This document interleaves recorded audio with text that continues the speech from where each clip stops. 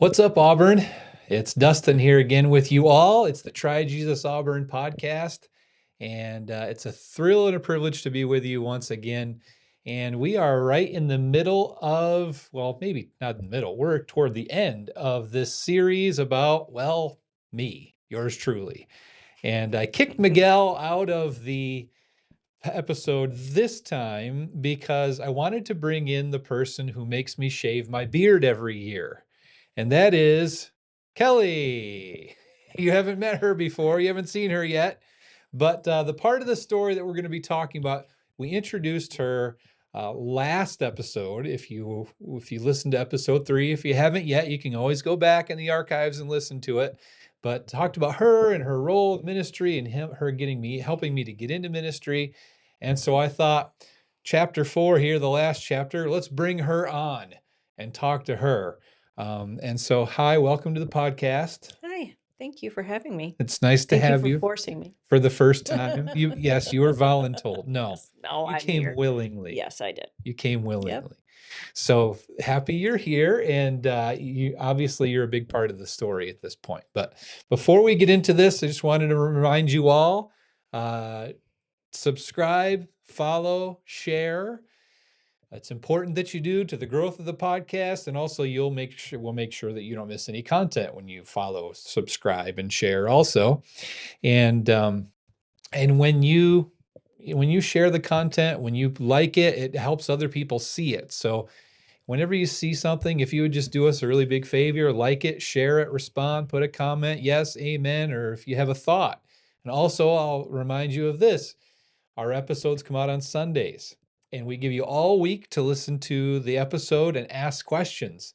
And what we love to do is use your questions that you ask throughout the week to use on our live session on Fridays. So please share those comments, share those questions. Even if your question isn't based on the podcast episode from Sunday, we will answer whatever Bible questions, spiritual questions, current events type questions that you have in our live session on Friday. So just wanted to make that reminder and thank you for your participation with our podcast. This is a podcast family. So let's bring Kelly back in here. I talked to them a little bit about you and you helping me affirm my calling last time, going to school. And I regret to say that at times I've left that part out of the story, but it's definitely a major part of the story. And so I wanted to make sure I told that this time. Thank you. Because it is, talking about going to ministry school and the whole thing with the decision about the test, the Sabbath question there, having to take the state test or not, and deciding not to, and following the pursuit of ministry. Well, I've always believed in the verse Isaiah 6:8, where it says, "Here I am, Lord, send me." And you were called. You said that you felt like you were called. So to me, it was like, well, why wouldn't you go? Yeah. Yes. And when we met, you were already in ministry. Yeah, I had been in ministry for several years at that point. Right. Yeah. And what were you doing? Tell everybody. I was at the time when we met, I was a youth ministry coordinator for 5 local churches. And before that, I was a youth minister in a different denomination. So I worked with a couple different denominations there. So I'd been in youth ministry for about 5 years at the point that we met. Yeah, right. So you knew what ministry was about, and I did. Had a heart for ministry. And we've been married 20 years now.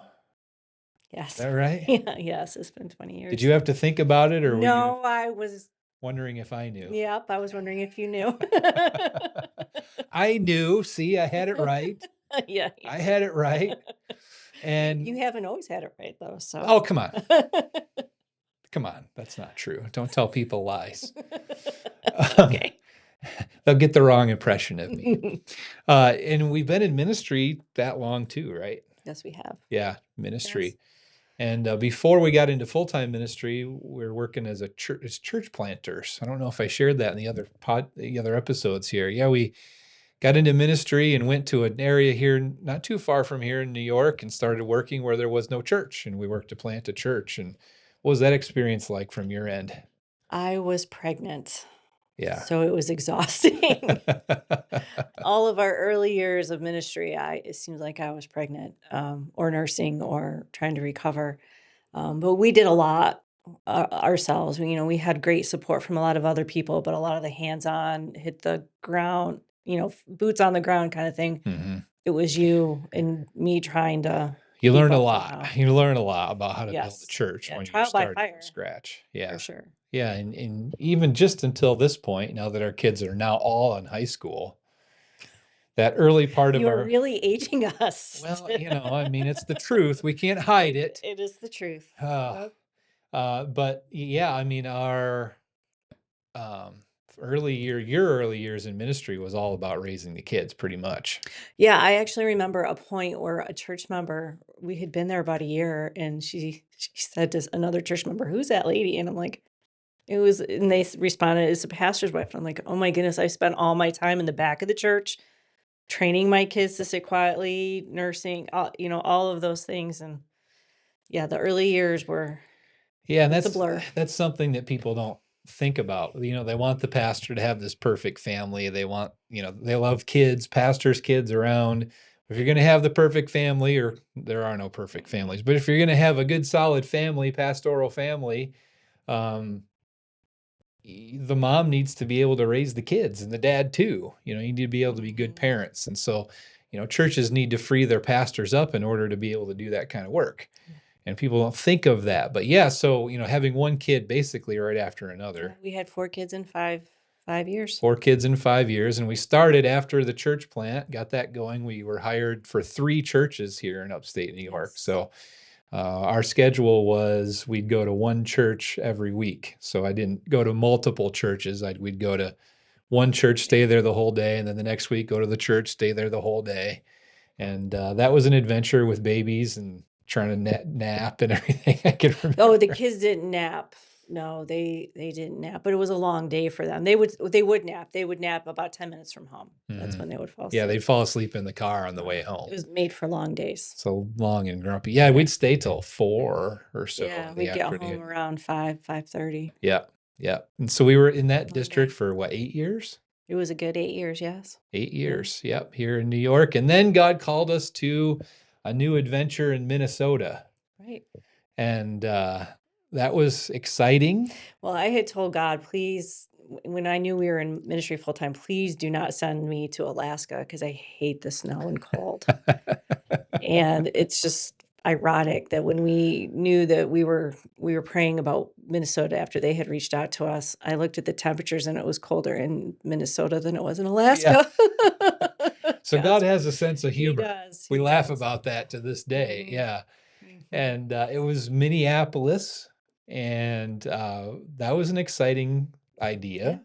yeah, a lot of After culture, a lot of things for the kids to do. we'd traveled, been in cities before, but never lived in a city. Right. And But so you that was an hadn't, we exciting hadn't as thing. a family, right? Right. We hadn't as a family. Mhm. And so that was an exciting thing, an exciting venture. And um, multicultural church. Yes, Yeah. love And the church. we loved our Kenyan members that were there. We Mhm, talked about them before on the podcast mhm. and built a lot of even lasting relationships to this Yeah, day. that we're still in contact with, yep. Yeah. And this was, over 10 years ago now. Mhm. So, um, yeah, just a blessing there in Minneapolis in many ways. And the church started growing by leaps and Mhm. bounds soon after we got there. It was already kind of in a really Yeah. healthy position, but came in and God used my gifts. And I think I have some pictures here. Let me see. Yeah, there they are. If you're watching this, you can see our church there.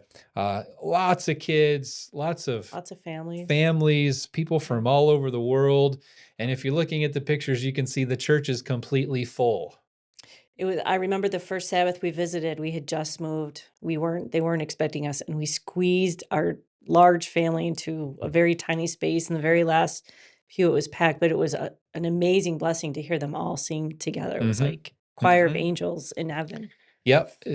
And 2 services.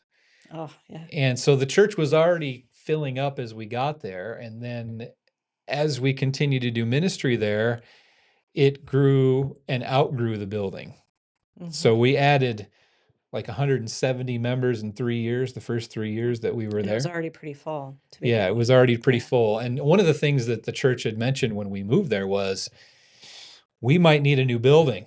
We might need a new place. Number one, it was old, it was about 100 years old, and just a lot of maintenance and things that needed to happen that they didn't know that they could do. And then the parking was all on-street parking there. There was no parking for all the people that were coming and filling up the place, and more people were, there were times when people would walk in and turn around and leave because there was absolutely no place to sit. Yeah. Yeah. So that was really exciting. And God was blessing our ministry and already a growing church, but then it really exploded after we got there. And then the reason that I wanted to have you, especially on the podcast today, is not only to reminisce and help tell the story, but what we're going to transition to now is probably the hardest time that we ever had in ministry.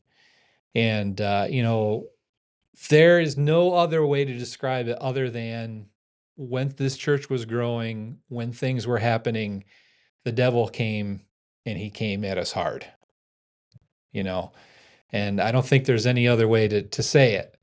And so what was happening, the first thing was we outgrew the church and the church recognized that we needed to sell and move, right? And so I was, in my 30s, and what pastor trains in order to figure out how to move their church, right? You don't get training in that. You don't get training in that no matter what school you go to.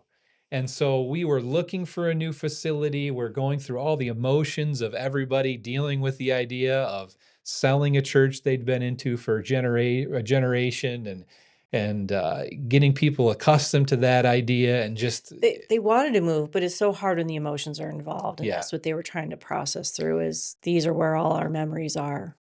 So there was just a lot of processing. Not that they weren't on board, but just processing to go through. Yeah, a lot of tradition and things involved. And so it was a learning experience, starting a capital campaign and raising money and putting the church on the market. And so that was stressful, and it was a lot of pressure because I was the leader of the church at that time, and it was hard to figure out how to do this dance. We had a lot of really good leaders, and there's good leaders in that church to this day, but they helped tremendously, but a lot of pressure there. And about the same time, there compounded and compounded and compounded issues and problems, right? And the first thing that came around, that first sort of attack from the devil, was what started off innocent became a person that I guess there's no other way to describe it, but she was a stalker. Right. And do you remember the first time that started, how that started? I remember it distinctly. Well, you share how you remember, because I think I remember it. I remember it because, well, first of all, the story goes, it was a girl, a young woman who had been in another church, and she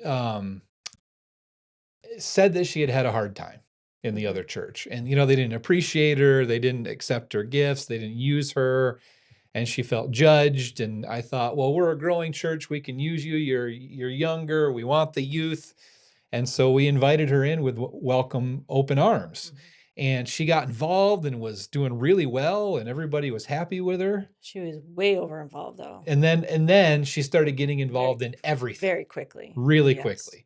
And so that raised some red flags. And the other part that raised some red flags was I was having some ministry leaders come to me and say, what's up with her? We're seeing some things that make us a little bit uncomfortable.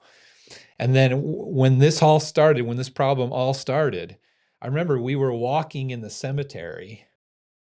We our family, we like to walk through cemeteries. That's our thing. It's quiet. It's interesting. There's history there.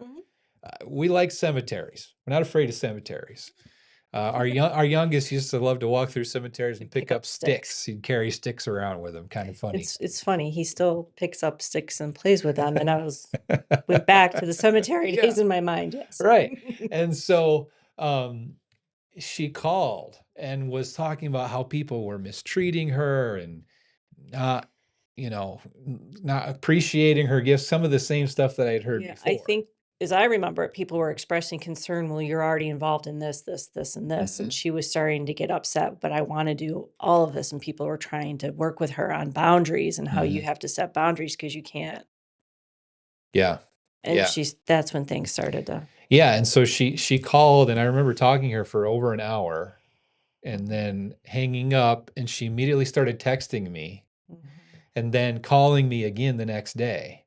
And over the next several weeks, it was long phone calls with her on a daily basis. I don't know if you remember Multiple that. times a day. Multiple times a day. And it got to the point where I said, oh, I can talk to you. I set a boundary. I can talk to you for 15 minutes every day. I'll pray with you. I'll listen to your concerns, but it's only going to be 15 minutes. And that seemed to go okay at first. And she stuck to that. But then what began to happen was I realized that she was beyond my help, right? She was beyond what I could do. So I wanted to refer her to some mental health help.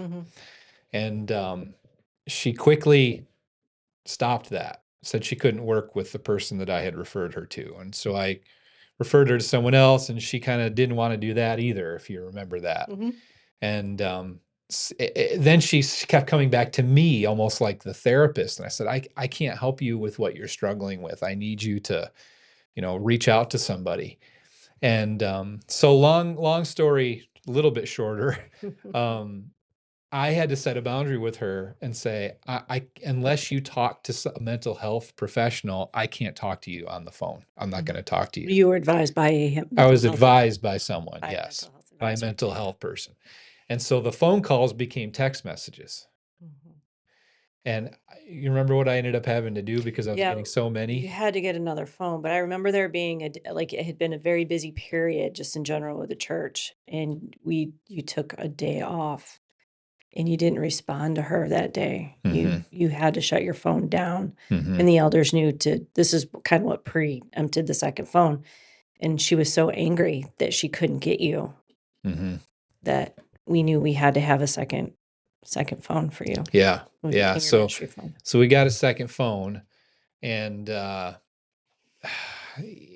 there were so many text messages. There was, 30, 40 text messages every day. And it once was, please help me. I appreciate you. Soon became, when I wasn't giving her the attention she wanted, soon became, you're the worst Christian. You're a terrible pastor. So it was constantly slandering and attacking me. And she found ways to get around. I'd block her number. I'd block it. She'd find ways around it, and started emailing. So it was like 30, 40 text messages and emails every day. And I still have a stack of them at home, of her emails and things. And it got so bad at one point that I wasn't responding to her. And so she was calling friends from around the world and saying, he's blocked my number. Can you call him for me? Remember that? I do remember that, yes.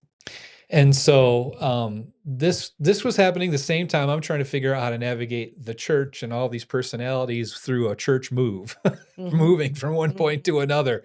And, so that was something. And the church didn't quite know what to do to help me. I finally approached the church board. I waited because I didn't want to be the pastor that was complaining about a church member. And, we talked about a restraining order and everything else, and nobody knew quite what to do. And nobody knew what to do, but it was the definition of stalking. Right. And then she got to the point where she'd come into church. We hadn't banned her from church. She'd come in, she'd sit in the middle aisle in the front pew and wait till I stood up to preach, and then she'd stand up and walk out to make a scene. Well, right where she sat right in your eye line. Right in my eye line where I could see her. Yeah. She had a clear sight line of you. Yeah. Yeah. So that was difficult. I don't know what your thoughts are. We haven't talked too much at length about how you were feeling about this, but what was that like on your end? It was just really stressful. It was anytime you tried to set a boundary, which we're taught to do in ministry, you have to have boundaries. Those boundaries were breached again. It was like there was no safe place. Yeah. It became that there was no safe place for not just you, but my kids. So my kids were now seeing her behavior very clearly, and they were starting to ask questions. Why would she get up every time Dad Like, they picked up on that, Mhm. and they picked up on probably my little bit of my discomfort Mhm. as things progressed, and they were very uncomfortable, but she would try to talk to the kids. Mhm. Um, so as a parent, trying to help you through that and then seeing her try to interact with my kids, it was a very difficult situation to Mhm. navigate. Mhm. And for me, it was hard because you feel a responsibility for people, and you Mhm, you feel like you wanna be a loving, safe, nurturing mhm. pastor, and to do everything you possibly could, and it wasn't good enough, and then to have her constantly attacking me because Right. of Yeah. something that I felt like I had somehow failed at, even though Mhm, I'd done everything I should have mhm, done. mhm, That's really difficult to deal with, mhm, and it was took its emotional toll. mhm. So, the stress of the moving of the church plus this, it was hard to deal with. Yes, it became a very stressful, Mhm. tense situation It did. altogether. It did, and Yeah. it continued to escalate. Nobody knew quite what to do. And so along the same time, and this is all happening all at the same time, and so I Mhm, said the devil came at us hard. mhm. And, at the same time, there was, a growing concern that I had heard from numerous members about a woman in the church who was saying things like, "I had a dream last night that you died," not you or me, but these The people person had she was talking died, to. and I Right. wish it would come true. And she was, cracking eggs on their sidewalk in front of their house, kinda like a voodoo thing. And the problem was that to half the church, nobody knew that she was doing that stuff, and she was like a saint to half the church. But the other half of the church, or maybe not quite half the church, she was doing this kind of behavior.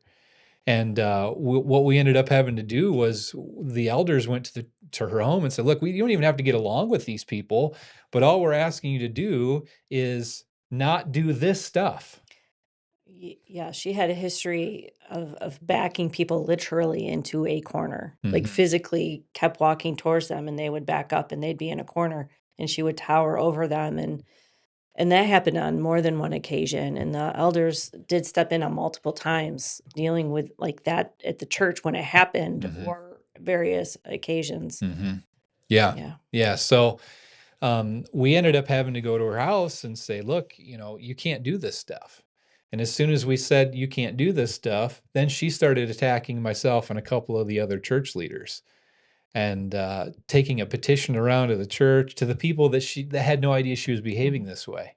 Now what you might be thinking out there is, "This is why I don't go to church because there's crazy people." Now, I don't want you to feel that way, and the thing about this is, having lived through some of this stuff, I can spot it and I know how to deal with it now. But this is my story. I'm telling you this story. So if you were thinking, "Oh, I'm not going to his church now because all this stuff," don't worry. I'm a little more experienced now and how to deal with it a little bit better with this kind of stuff. But this is all happening at the same time. And so she was going around, and what I'm trying to do is establish a pattern here was I increasingly felt like an animal that had been backed into a corner Mhm. with all of these issues going Mhm. on. The pressure of the moving of the church, the pressure with the stalker, the pressure with this, and Mhm. the church, half the church thinking that I'm being horrible to this couple and horrible to these people. And that's the thing about ministry is sometimes pastors have to deal with things in a certain way and you can't tell anybody. And so people don't know the full story. They only hear the half where you're the villain Right. And because you're so, not gonna come out attacking. yeah, so if you have a pastor, give them the benefit of the doubt on some of this stuff. They need it because you may not know everything that's going on. You may not have the whole story. And so that's what was going on. But I continuously felt like an animal being backed into a corner. And so that was going on. All the same time, we moved 3 times in 3 years. Yeah. Oh my goodness, that was crazy. The first house, tell everybody how we found our first house in Minnesota. Sight unseen, we saw it online, and our realtor kinda walked us through it, via FaceTime. Yeah, so Houses were going that quickly that we had to make a decision without seeing it. yeah, the housing market was so crazy, the rental market was so Mhm. crazy that we were in New York, and we had to find a house virtually. So we did a FaceTime walkthrough and said, yep, that's the one. We got 4 kids. And that house ended up being an interesting place. It had stalactites in the garage. Remember the stalactites? Yes. It was a concrete garage. And every time it would rain, it would drip this salt or something. And the salt would drip down on the cars and harden. And I called the landlord and I said, what is this stuff? He said, oh yeah, I forgot to mention that the garage did that. So the garage in Minnesota was unusable. But we had no intentions of moving from that house. We were planning on staying there. And then one day, It had a nice yard and some good had a climbing nice yard, trees. some trees. Yeah. Our Ainsley, how old was she when she climbed that tree? 6. You've seen Ainsley on the podcast. She's our daring one. She was about 6 years old. And one day Kelly goes outside. It was a half day. We had parent-teacher conferences, and I had mine, and then I had come home. So the kids went out and were playing out in the yard, and I come out to check on them, and Ainsley's like all the way up in this really tall pine tree. She's almost at the very goodness. top of about a 40-foot pine tree. She was climbing. So we didn't have any intentions of leaving that house. And then one day, all of a sudden, I'm out in the front yard with Deacon playing catch, and a neighbor drives up and says, I'm moving to Seattle. And I live down the street. It was a quieter street. The house had a kids on this. lot of kids. There was an in-ground pool. And she said, come down and look at my house. I'd like to rent it to you. Well, the biggest problem with a house, the brown house, we call it.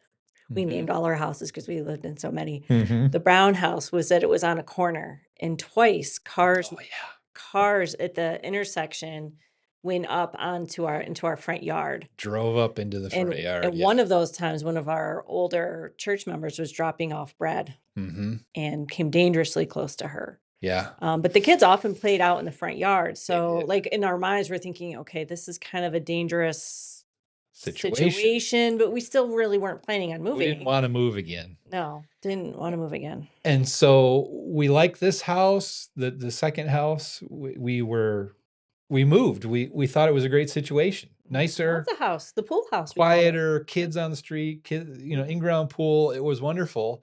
And then just under a year. We had originally signed a 6-month lease. That's right. Yeah. And then right after we signed our year lease to get us, because we moved Thanksgiving week. Right. It was Thanksgiving week. And we were there for 6 months, and then she wanted to do a year lease to get it to the spring because that was a better time to get tenants in, blah, blah, blah. We had known this. We signed our year lease, and it was within weeks, if that she came to us and said. Yeah, we signed our year lease. And then she comes to us and says, oh, I'm going to sell the house. Yikes. And we felt like she did this on purpose. We felt like she knew what her plan was all along. Yeah. Either way, it was. And she roped us in. It was totally unexpected. And we Right. weren't in the position to buy her house. It was more than we can afford. We didn't have a down payment and everything else. And so that wasn't going to work. And so we ended up having to move. Thankfully, the Lord provided. A church member was relocating, lovely people. And they said, why don't you rent our house? We heard you're looking for a house. Why don't you rent our house? And so we moved in there. Well, that was a miraculous story in itself, because I remember we were visiting family back here in Corning, and we were at my parents' house, and the homeowner called you and said, hey, I've got some books for your kids, because she's an avid book collector. Kids books. Yes, kids books. I went after my own heart. And she said, I have some books for the kids. Can I drop them off? And you said, well, we're actually in New York, but please don't drop them off now, because we're looking to move here soon. And you explained what happened. And then within 5 minutes, she called back and said, hey, we've got this situation. Would you like to rent from us? So it was definitely God working. And so God took care of us. Nonetheless, though, we had the stress of moving again. With 4 kids.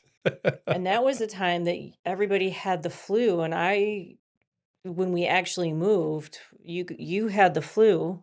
Yeah. So you were moving with the flu. The kids were in various stages of recovery from the flu. And we didn't use a moving truck that time. We tried to move little by little. Don't do that. If you're moving, don't do that.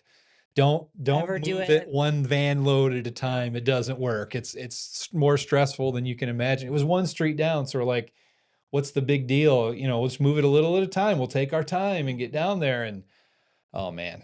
So and then dealing with landlords and moving out and all that stuff. So this is all, again, all happening at the exact same time. And so as the church was moving, we'd found a location. We're going through all that stuff. As the church is moving, we all of a sudden had encountered a leader in the church who kind of felt threatened by the transition, things that were going on, and the things that were going on, and kind of felt like maybe their ministry was going to be threatened, and made things really difficult for me and for us, but for me, and kind of used fear and things, her own fear, to try to drive fear in other people about the change, and kind of rallied people on her. So this is all, adding to the mix, and not quite knowing how to deal with that situation. So, and then to kind of top all this off, all at the same time in the mix, both sets of our parents were having serious health issues. Right. And your mom had been diagnosed with cancer previous to this. She had, before we moved to Minnesota, she had lung cancer, but she had surgery and went into remission. She was cancer-free. And then shortly, she was cancer-free for a total of 5 years, right on the cusp of, you're going to be okay. And she had some tests done, and it had metastasized, not to her brain, thankfully, but down, and it metastasized down into her abdomen. So then and they couldn't get it all. There was no way that they knew that. So she was starting to go through chemo and things of that And you had nature. mentioned us being home, and with the move, I remember at the same time she had a stent put in during that same time, if you remember. Her kidney, the chemo was affecting her kidneys. Yeah. And so we were there for Thanksgiving, the same time we're thinking about moving and trying to find a house. She had to be rushed from our Thanksgiving meal to the hospital, and because of some complications that she was suffering. Right. And my dad was having heart problems, and he had had a heart attack, at least one, more minor, but still heart attacks. And so he'd had a stent, I believe, put in as well. And so all of this just is piling on and seems to be escalating, especially with our parents' health. And so I remember going home from that trip, and all of a sudden, feeling like this cornered animal, like it was just. Well, and on that trip, you got a phone call from the people who were buying the church, and they wanted the church out by Christmas. Yeah. But She this was Thanksgiving. early, and it was Thanksgiving, and you're like there, and you were worried about the deal and how is all this going to work out? Getting people's heads and hearts wrapped around moving out. And we were trying, there was a process to moving. I don't mean process and packing. Of course, there was that too, but but just emotionally, you're dealing with a loss of the building and the memories that were there, the ministry that was there. So we were helping them process through that emotion, and we can't quit that early, and and it all ended up working out okay. But I know she was a force to be reckoned with, and she wasn't taking no for an answer at first. And so we had to navigate that as well while we were on vacation dealing with our parents' health issues. Yeah. Yeah. And so we got home, and I had been having kind of the dam broke, I guess, now as we kind of transition to what happened. So the dam broke. And I remember I hadn't been sleeping well, and I didn't know that was a sign of anything. But it was weeks that I was waking up in the middle of the night, having to go to the bathroom. I'd stay up and then stay up for an hour or two and then try to go back to sleep. And we got back to Minnesota, and I woke up one night, and all of a sudden just the room was spinning, and my head was just racing nonstop, and I couldn't ever slow it down. And I remember just laying on the floor, not knowing what's happening to me. And it was a not massive, but a major panic attack. If any of you have ever faced a panic attack before, you know what it's like. You feel like you're dying, and I felt like I was dying. I felt like I couldn't get control of my racing thoughts. And over the next several weeks, working with mental health professionals now on my own behalf, they said, well, Dustin, your fight or flight has been triggered for 3 years now.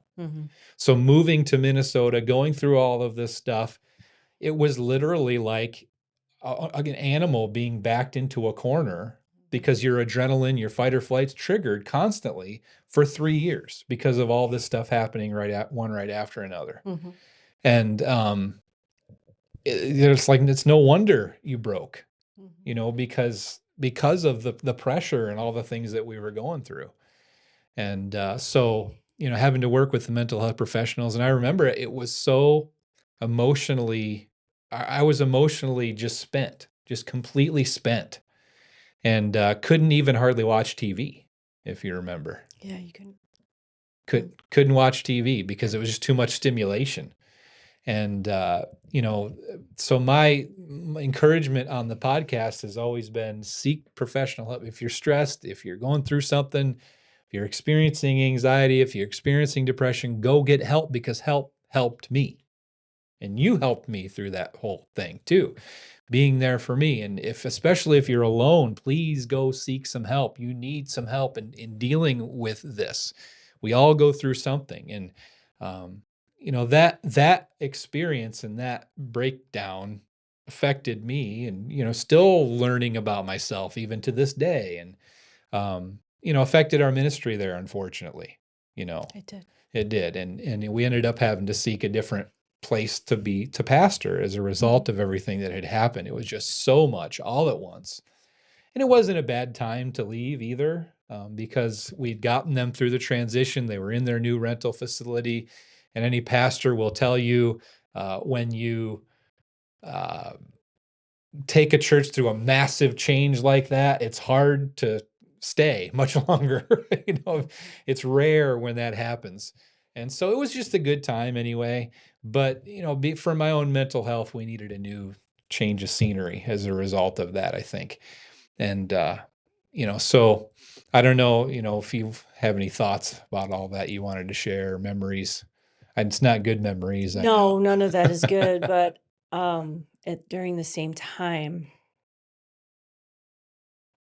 we had a 19-year-old, one of the youth that was coming to our house on a regular basis for youth night. He died Yeah. on his way home, and that happened. You were just starting to feel better, and I got the phone call, and it was a setback Yeah. Yeah. for sure. Every Friday night we had the youth over to our house, and he had been away out in San Diego going to college, and he died on the plane ride back home to Minnesota for Thanksgiving. Or was it Christmas? No, this was Christmas. Christmas break. He December died on the 23rd. plane. Right. And we were close to him, loved him very much. And it was a difficult thing to deal with. And so that was highly emotional and dramatic too. So, and all the while not feeling like we could tell church members what we were going through, which was another stress, because very few people knew. I want to mention that later is when we get a little bit further, but very few people knew what was going on. Just that you were not doing, that you were sick and you were dealing with some health issues. So here we are going through a major crisis in the church with a 19-year-old, and no one knew what was going on. And I still don't know if people know the timing. Even looking back, very, very few people know the timing of what was going on. But we were kind of, we couldn't do everything that we needed to do for the family. We had to rely on other people to step in on our behalf. Yeah. Which and was everywhere we were close to everyone in the family. Everywhere we've been in ministry, God has always given us somebody that we can count on. Yeah, this is what I was going to share later. Yeah. And I'll let you share that later. But so it was a highly traumatic thing. And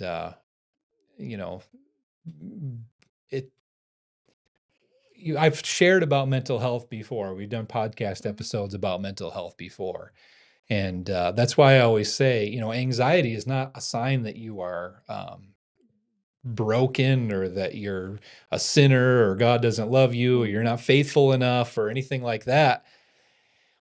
My anxiety, and I didn't realize that's what I had been suffering for a long time, but it was a sign that I was overwhelmed, that there was too much. And that's what I've shared on those previous episodes, is that, we need to look at anxiety and not say, I'm broken, there's something wrong with me, I can never recover. When you're feeling anxious, it's because there's probably too much of a load on your plate, and you need to pay attention to it and take care of yourself. It's more of a sign that we're not meant for here.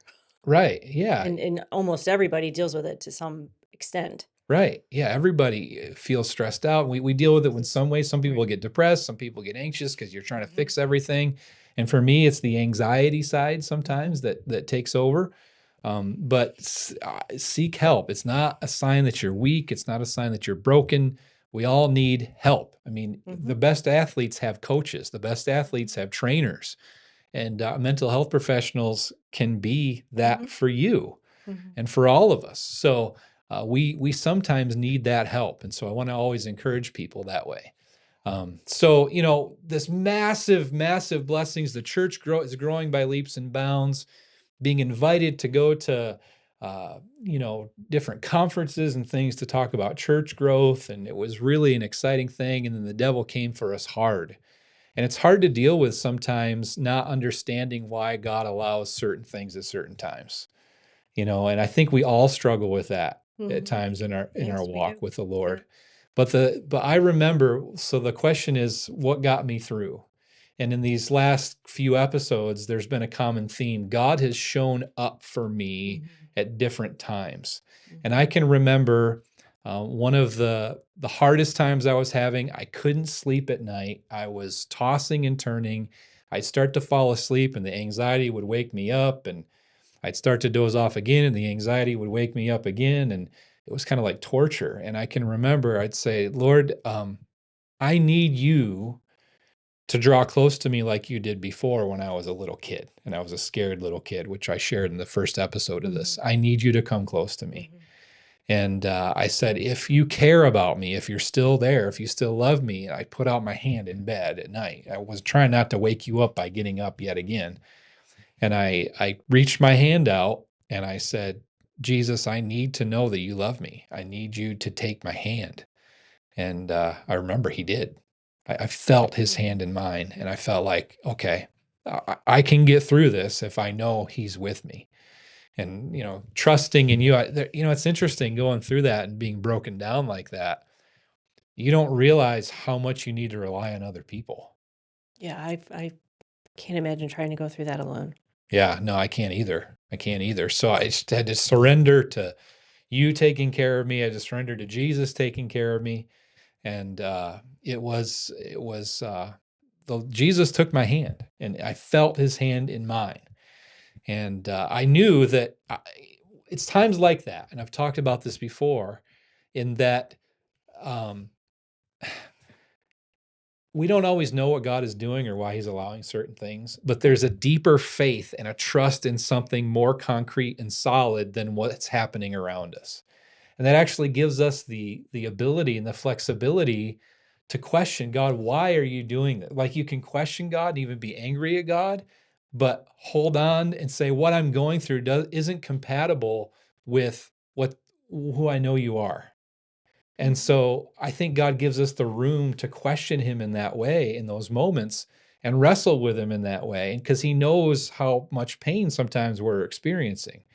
And so it's a powerful thing to know what's deeper beyond our circumstances, what's more powerful than our current circumstances. So Jesus took my hand, and he's made good on his promises. And I wanted to look at some promises, because you might be struggling with that today. You might be thinking, I'm going through something. I'm struggling with something. I don't know what my future holds. I don't know why God's letting me go through these things. And Dustin, your story resonates with me, because I had all this pressure, and I, went through some depression, or I went through some anxiety. I needed some help, or I'm going through that right now. And there's some promises that somebody directed me to when I was going through some of this, and I've held on to in difficult times in ministry since then. And so I wanted to share those. First, there's two of them that I remember that somebody shared with me. So this comes from Joel, after there'd been a lot of destruction in amongst God's people and amongst God's work. And Joel comes with some promises, and he says, the threshing floors shall be full of grain. He's talking about again. They'll be full again. The vats shall overflow with wine and oil. I will restore to you the years that the swarming locust has eaten. What a promise, powerful promise there, that God is going to restore to us whatever the devil took away from us. He's going to build it back. He's going to restore it to us. And then Psalm 34:18, the Lord is near to the brokenhearted and saves the crushed in spirit. So if you're a person that's going through a lot, you're struggling with a lot, and you don't quite know what the future holds, read the Psalms because the Psalms are full of that same feeling, the feelings that I had, the feelings of being overwhelmed and pressured and going through too much. David struggled with that. It's not something to be ashamed with. And a lot of the Psalms speak to that very thing. The Lord is near to the brokenhearted and saves the crushed in spirit. Claim that promise. Know that he's near. And that's what I claimed. And I reached out my hand. Jesus took my hand and he saved me in that anxious moment where I wasn't sleeping and I was struggling. I remember going through this at night. So the gift of touch, the human touch is so important. And that's what people talk to me about as you were going through this. And so at night, I would give you a massage every night. And partially it was to help you sleep and calm, but it was also the human touch. And as I did that, I had written down, and I couldn't tell you what they were offhand, but I had several verses written down and I would just pray them over you. I had a flashback actually as you're reading those, that one of them was one on the list. I just read over them and just claim them every night. That was part of our routine for a long time. Yeah. To get back into a sleep routine, once your sleep routine is broken and your sleep is interrupted, it takes a while to get back into that rhythm. And we needed to have a routine at night, and that's what we did. And so, but God, continuously has been building us up and helping us to grow and teaching us, and he's brought us up out of the stuff that we were going through. And, that was a really hard time, but here we are. God's building up our church here. He's got the podcast here and using you as a teacher. By the way, I don't know if I've talked about that before. Yeah, I think Kelly's a teacher. I think we talked about it in the last episode.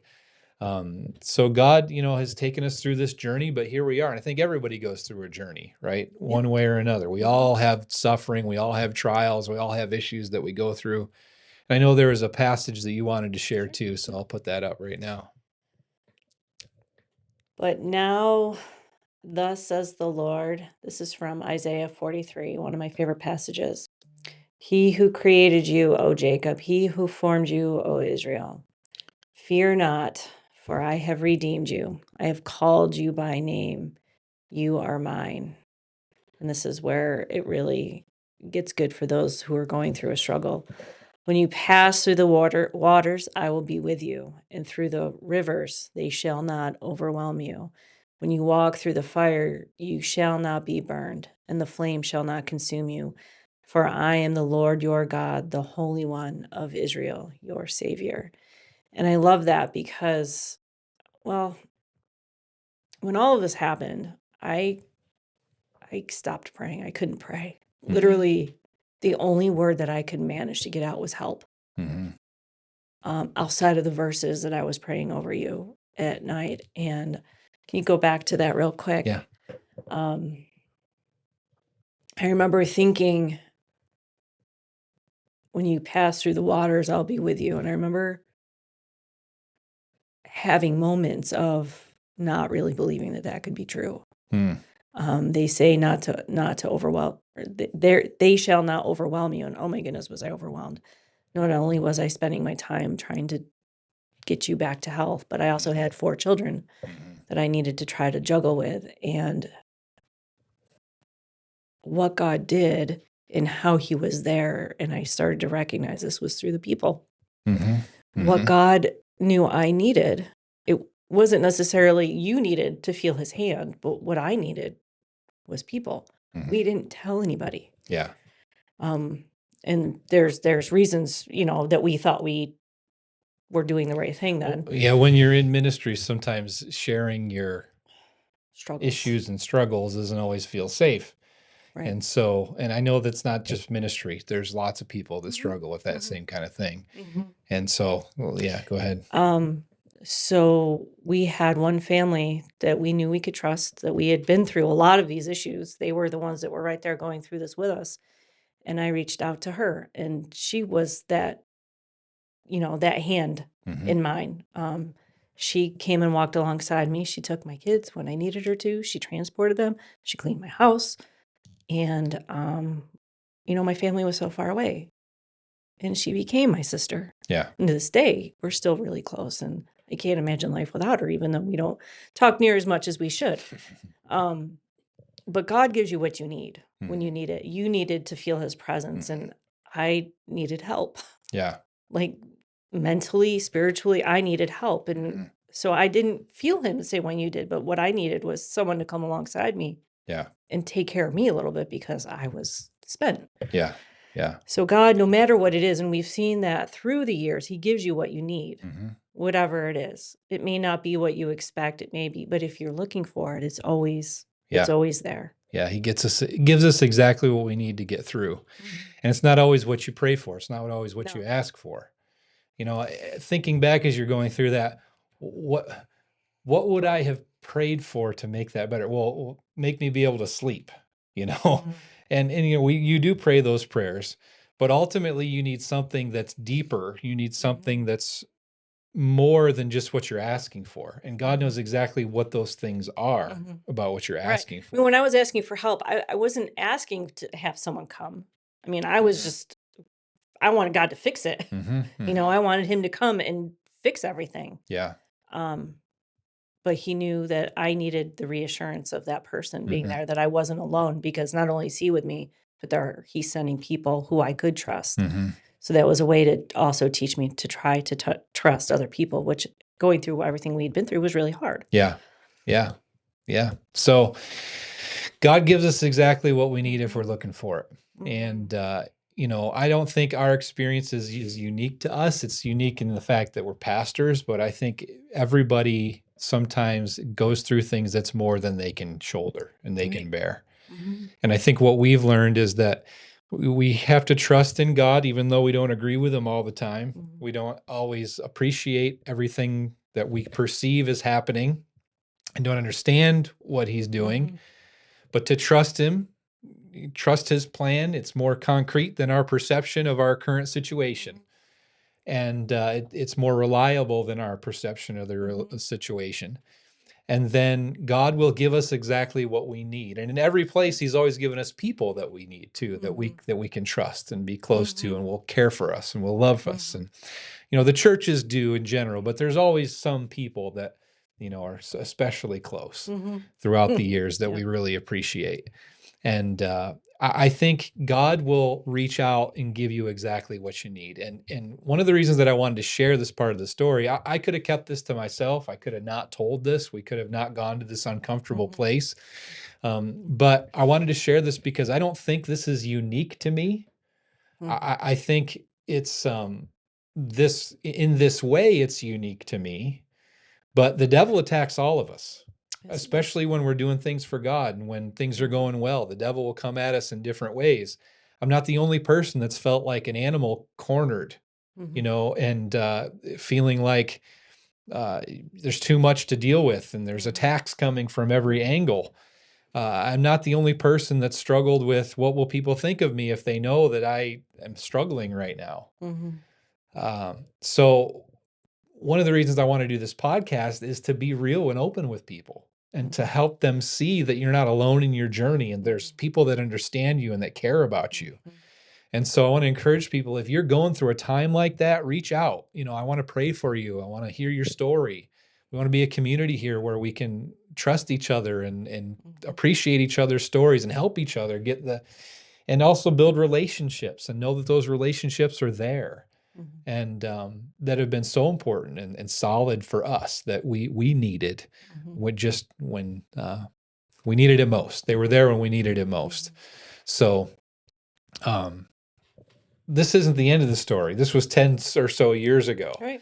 And we've claimed those promises, and we've seen how God has blessed and taken us through our journey and taught us things and gotten us to this point where we can talk about this part of our story, and gotten us to this point where he's led us to the podcast and led us to the community.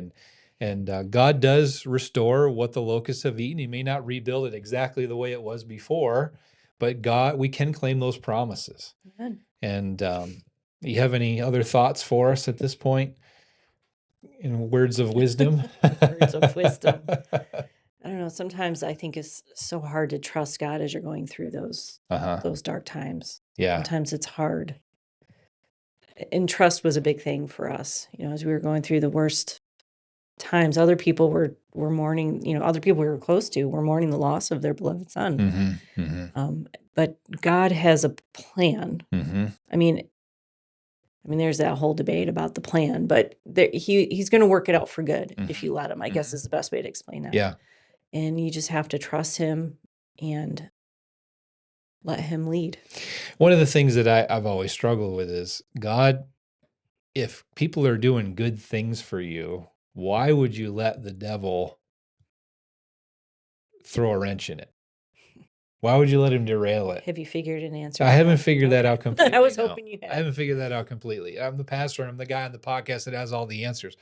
I haven't figured that out completely. I know that people have free will. I know that people will work against God's plan. I don't know why he always allows it, but I do know that, like you're saying, no matter what, he has an ultimate will that will happen. He has a plan that will happen. We as humans can mess with the details sometimes and get in the way of God's plan, but ultimately the end of the story will be the end of the story. And God will get us to where he wants us to be, no matter what people say or do to us or that we say or do. He will get us to that point if we are faithful and trust in him. And so I think that's kind of the moral of our story, our journey in ministry. You have an idea of what your ministry should look like. You have an idea of what your life should look like. And sometimes there's all these curveballs and these challenges that come along and you don't expect them. But ultimately trusting that no matter what happens in our life, God will get us to the finish line if we trust in him and hold on to him. Yeah, I remember thinking, what if we make the wrong decision with this or this or this? Is God going to be upset with us? And I think that's kind of a wrong way of looking at it, because no matter what, God's going to work it for his benefit. He's going to work it to save us, work it to save other people, right? Yeah. So it's not like we can yes, there's good choices and better choices and bad choices. But if you're trying to do what God wants you to, no matter what, and ultimately that's having that trust in him, then he's going to work it out no matter which of those forks you take or no matter how it works out. And to look for those people, because he sends people, he sends sunsets, he sends just those little glimmers of I am here. Yeah. No matter what. And oftentimes it is in the people. If you just look and let people in, and that can be hard when you're going through a dark time. Yeah. To trust people enough to let them in. But well, you have to. And one of the temptations is to believe that everyone is like this, because a lot of the pressure that finally led to my breaking some there is that people were causing the pain, but God had other people who were there to heal it. Yeah. And we have to pay attention to those blessings. And God, not everyone is like that. Not everyone, is there to hurt or destroy. There are good people that are listening to God. There are people there that are there to heal you and support you and help you. And in your life, I know that that's the case too. It may not feel like it at the moment, but in your life, I know that's the case too. And so God will restore what people or what the devil has taken. He will build you back up. He will bring you to strength. And there's another verse that says he'll do it in the sight of your enemies. I love that verse. And, the enemies can tear you down, but God's going to rebuild you in their sight. He's going to build you back up. And so we can claim those promises and trust in those promises. And if God had not built me back up, I would not be sitting here. Right. If God had not led me through that journey, I wouldn't be here. And I wouldn't have learned the things that I've learned. I wouldn't have learned the things about myself and my ministry and my family and people in general, and led me to the knowledge that I have now had I not gone through these things. Would I have Right. chosen it? No. Was it God's will necessarily that I went through it? No. But yet he's used it for a greater good. I wouldn't have been on here on the podcast talking about anxiety and everything else had I not lived through it. Yeah, and how many people have reached out to you and said, "You know what?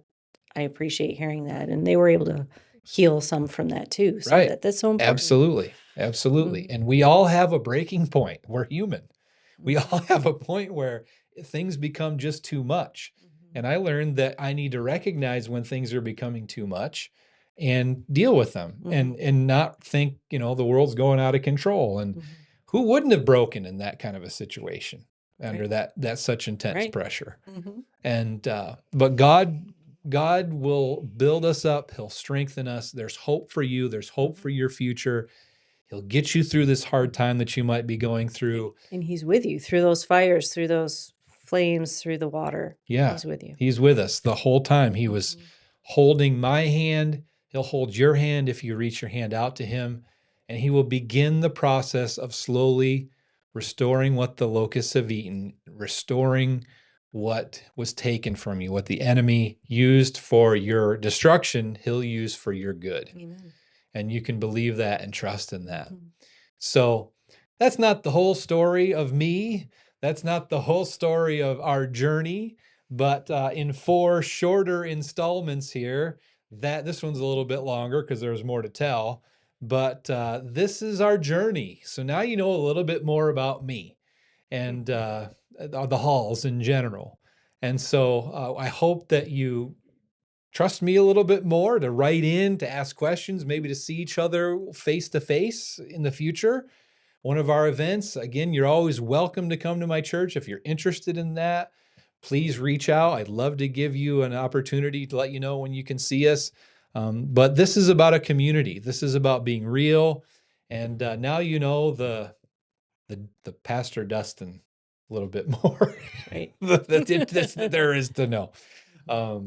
Anyway, so thank you for being vulnerable here for the first time on the podcast. It was quite a heavy one to come in on your first time. Yeah, quite an emotional session here. Yeah, sorry. But I thought that it was important because you were central to this story, and people won't think that I'm making the story up if I have an eyewitness, right? That's right. I don't know how you can make this stuff up. And marriages can make it through hard times too. And we weren't having a hard time, but we were together, but we were experiencing hard times. And when you're there for each other and love each other, your marriage can grow stronger through those times instead of turning on each other. Right. I mean, you could have at any point said, "I'm done with this. There's too much nonsense happening to you. You either leave it or I'm leaving you," and you hear stories like that. Yeah. But we were in this together, we're a team. Yeah. I trusted God. I trusted God would get us through it, even though I could only utter the word help. Yeah. I knew he was there. Yeah. So there's faith, and as hard as that can be, right. That helped. Well, and I guess that's a good thing to leave this on. Take it from us. Even if you get to a point in your life, where all you can say is help, it's a perfect prayer in that moment. If that's all you can say, if that's all you can muster, if that's all you can get out, if all you can do is hold out your hand to Jesus and say, "Take my hand, Jesus, help," he will do it. And he will begin to restore you from that moment, little by little, to give back to you what the devil has taken. You can trust in that. You can believe in that. And thank you for spending time with us. We will see